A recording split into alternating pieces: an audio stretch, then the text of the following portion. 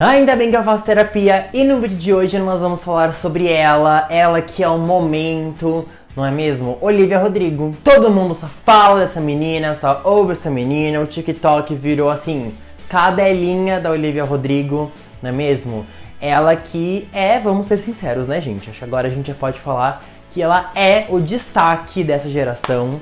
Ela é inclusive assim, um destaque da Disney dessa geração, apesar de ela não ser muito da Disney. Inclusive é isso que vamos falar aqui hoje. Vamos falar sobre a diferença da carreira da Olivia Rodrigo para a carreira das antigas Disney Stars, como a Miley, a Demi, a Hilary Duff, a Selena Gomez, entre outras. Então vamos lá. Bom, gente, eu fiz um vídeo sobre isso no meu TikTok e muitas pessoas comentaram. Inclusive, se você ainda não me segue lá, por favor me siga. Eu estou quase chegando a 100 mil seguidores no TikTok. Dá uma forcinha lá, beleza? No meu Instagram também. E claro, se você ainda não é inscrito aqui, por favor se inscreva. Mande esse vídeo para todos os seus amigos que gostam, que não gostam da Olivia Rodrigo, tá bom? Fiz um vídeo sobre isso e aparentemente as pessoas estão muito felizes de como a carreira da Olivia está acontecendo agora, e eu também estou. Por quê, gente? Qual é a questão? Olivia lançou muito recentemente o seu primeiro álbum, Sour, que contém, óbvio, o grande hit dela, Driver's License, mas também tem os novos hits dela, né, como Good For You. E, bom, depois eu falo mais sobre o álbum. As músicas que eu gostei, ela lançou o álbum, e uma coisa que me chamou a atenção, já tinha me chamado antes, mas eu acho que esse álbum meio que confirmou isso.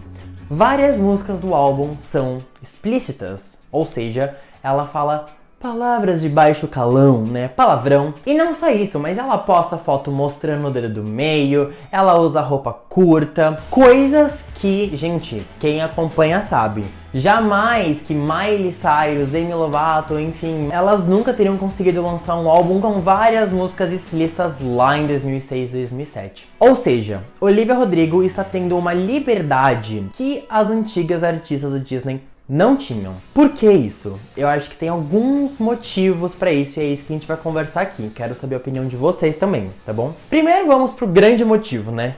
Que é uma questão mais contratual, literalmente, porque a Olivia Rodrigo não assinou o contrato com nenhuma gravadora que tem relação com a Disney. Normalmente, as artistas da Disney vão direto pra Hollywood Records, que é a gravadora, né, que lançou os primeiros álbuns da Miley, da Demi, da Selena, da Hilary Duff, enfim. Inclusive, uma curiosidade é que a Miley é a artista que mais vendeu de todas que já passou pela Hollywood Records. Ela foi a artista que mais deu dinheiro pra Hollywood Records. E logo depois dela vem a Hilary Duff, que na verdade era a artista que mais vendia. Daí a Miley apareceu e ficou em primeiro e a Hilary desceu pra segundo lugar. Mas enfim, voltando.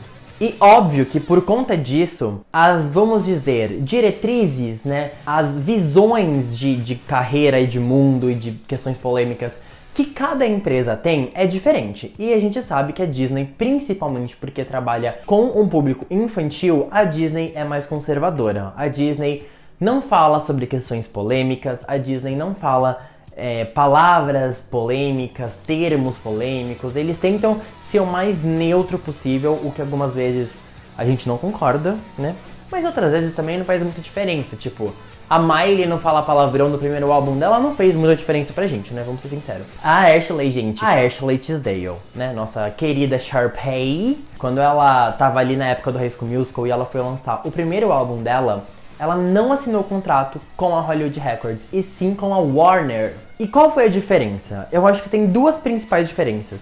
Uma diferença foi uma questão mais de divulgação, né? A Hollywood Records, ela normalmente lançava 2 singles de cada álbum dos artistas. Porém, a Warner não trabalhava assim. E é por isso que a Ashley teve vários singles do primeiro álbum. Tem Be Good To Me, He Said, She Said, Not Like That, Suddenly, enfim. Tudo isso só do primeiro álbum dela. Enquanto isso, a Miley, por exemplo, no Breakout, tem só Seven Things e Fly on the Wall. Enfim, então teve essa questão. Mas uma outra diferença que fez pra Ashley é que ela teve um pouquinho mais de liberdade de expressão, principalmente visualmente. Então assim, no álbum dela, se vocês forem verem, Eu ia até pegar o meu agora, mas eu tô com preguiça, então a gente vai só ver fotos aqui.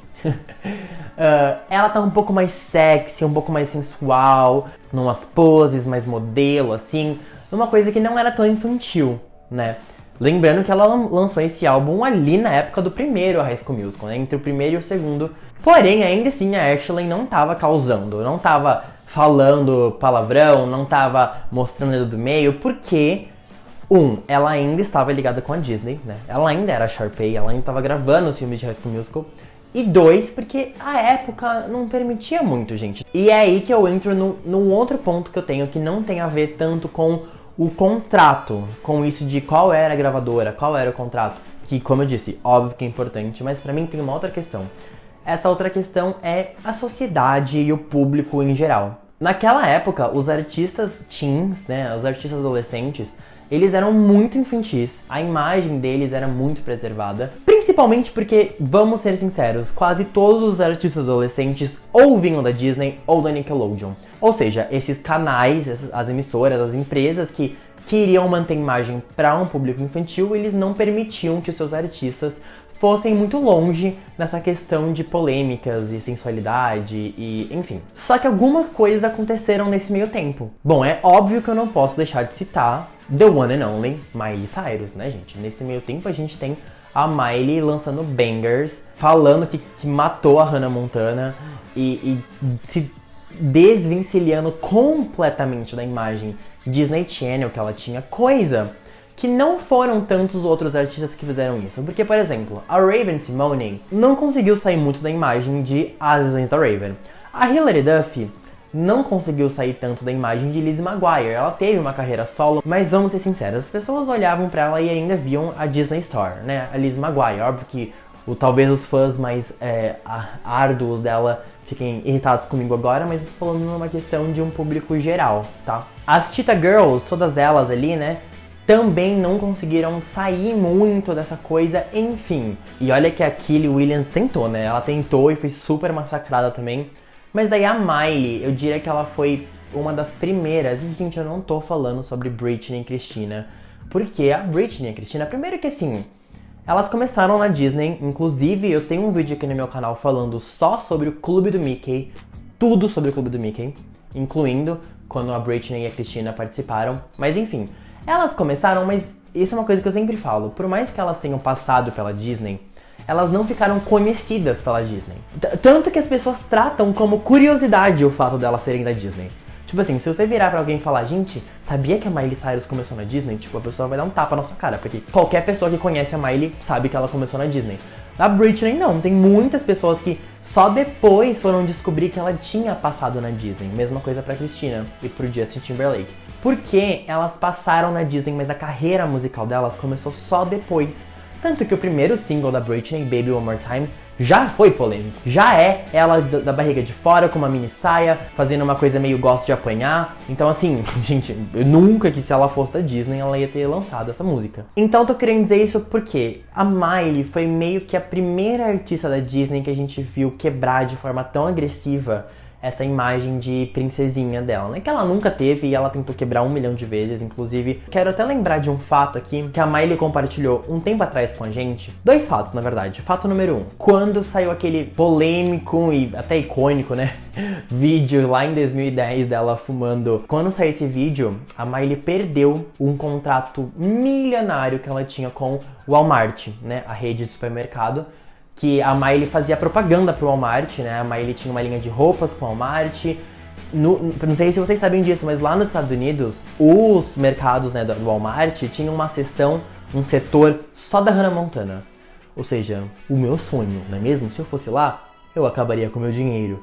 Mas enfim, tinha um setor literalmente só da Hannah Montana. Um tempinho depois, a Miley ia fazer o filme, ia dublar o filme Hotel Transilvânia. E mais uma vez, eles não quiseram mais fazer com ela porque saiu uma foto dela com aquele bolo que ela fez pro Liam Hemsworth, né, o namorado dela na época, e agora ex-marido, enfim. Que tem um formato bem polêmico, né, como podemos ver. Mas assim, gente, e daí, né? Nada demais. Ela perdeu, e daí, inclusive, foi a Selena Gomez que foi chamada no lugar dela, né? E tudo isso pra falar que, naquela época, principalmente para mulheres, se envolver com polêmicas tinha consequências muito diretas na sua carreira. Você literalmente perdia contrato, perdia show, perdia parceria. Você literalmente era massacrada na mídia. Assim como anos antes a Britney foi, como anos antes ainda a princesa Diana foi, porque a mídia adora massacrar mulheres, né? Porém, essas duas não eram tanto a ver com adolescente, com Disney, e a Miley era. Então a Miley se prejudicando muito na questão de carreira dela por conta de atitudes que foram consideradas ousadas, não é mesmo? Miley quebrou tudo aquilo com bangers. Um tempinho depois, a Selena e a Demi seguiram um caminho e também foram se soltando e também foram sendo mais sensuais, falando de questões polêmicas, sem falar de outra coisa muito importante. Algumas artistas, e eu vou mencionar duas aqui principais, elas meio que mudaram a imagem que as pessoas têm do que é uma artista adolescente. Essas são Lorde e Billie Eilish. Elas basicamente ressignificaram o que é um artista jovem. A Lorde não só não trazendo esse lado sensual e nem infantil,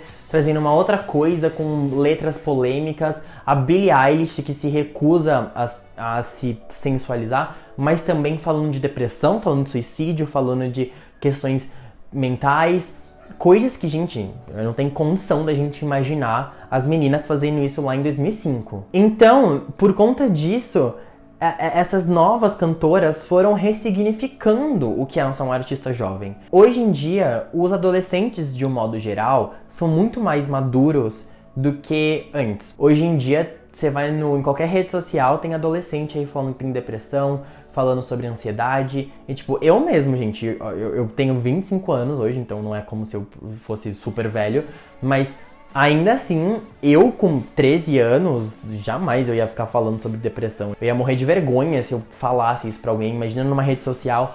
Enfim, e as celebridades, então, tinham que viver no mundo perfeito, onde não existe problemas. E tudo isso nos leva para agora, em 2020, 2021, né?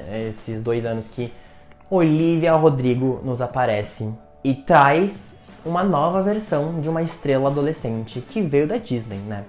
E a gente ainda pode falar que ela é uma estrela Disney, porque ela, bom, está passando agora mesmo o quê? High School Musical, The Series, no Disney Plus. Inclusive, estou fazendo vídeos sobre isso, se você não assistiu, assista depois. Provando que não é só sobre contrato, por mais que assim, eu sei que se a Olivia Rodrigo estivesse em contrato com a Disney, ela não lançaria músicas explícitas. Acho que todos nós podemos concordar com isso.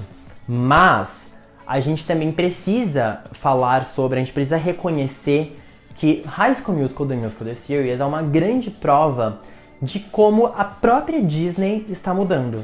Mesmo que não seja tão rápido quanto a gente queria, e tão polêmico quanto outras empresas estão, ainda assim nós temos aí uma série original da Disney, no caso do Disney Plus, mas enfim, que tem um casal gay, nós temos vários personagens não brancos, nós temos uma linguagem muito mais solta, por mais que não seja nenhum palavrão, eles falam de uma forma muito mais atual e discutem questões de feminismo, de racismo, de exclusão, de problemas de ansiedade.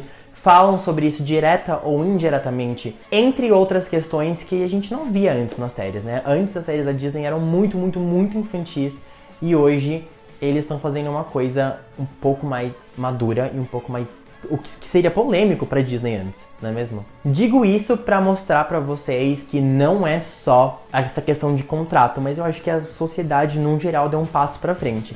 E que bom, não é mesmo? Que bom, porque já tinha que ter dado esse passo há muito tempo atrás. São todos atrasados, tá? Todo mundo, a galera toda atrasada. Mas que bom que pelo menos tá indo pra frente, né? Aliás, falando sobre tudo isso, a gente não pode deixar de lado o fato de que Joshua Bassett, não só outro ator de High School Musical, The Series, mas, né, o cara que também está envolvido nessa história toda com a Olivia Rodrigo, se assumiu LGBT recentemente, que é uma coisa que, mais uma vez, gente, isso não aconteceria antes. Mas agora eu queria falar sobre o álbum da Olivia. Acho que eu não preciso fazer um novo vídeo só pra falar sobre o álbum, então eu vou falar aqui também. Vamos falar sobre Sour. Bom, gente, primeiro eu queria falar que eu estou amando a estética da era toda, né? Do álbum, dos clipes, enfim, tô amando. É óbvio que ela tá se inspirando numa coisa super anos 90, anos 2000, que como vocês já sabem, é a estética que eu mais amo. E ela levou isso pra música também, né? Sonoramente, eu digo. Então a Olivia está trazendo de volta o pop rock, uma coisa meio pop punk. Que óbvio que recentemente Miley também lançou Plastic Heart, que também tem essa pegada mais rock. Mas a gente não pode deixar de falar da referência principal, que eu acho que é Avril Lavigne. É a rainha do pop punk, né? Ela é a rock princess, punk princess. E a Olivia trouxe muito isso, principalmente nas músicas Good For You, que inclusive até rendeu inúmeros mashups com Paramore, porque aparecem muitas músicas do Paramore, não é mesmo? E também Brutal, né? Ou Brutal, que é a primeira música do álbum e inclusive é a minha favorita e como eu estou vendo é a favorita de muitas pessoas.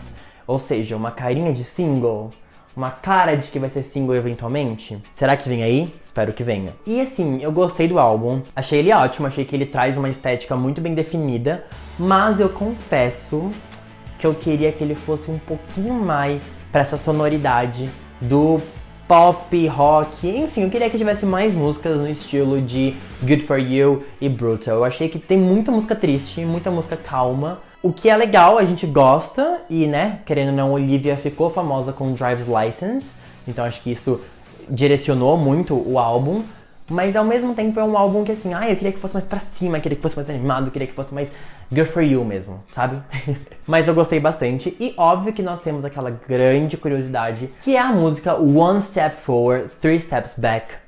Por quê, gente? Essa música foi, como eu posso dizer, inspirada na música da Taylor Swift, New Year's Day. Só que assim, qual é a questão?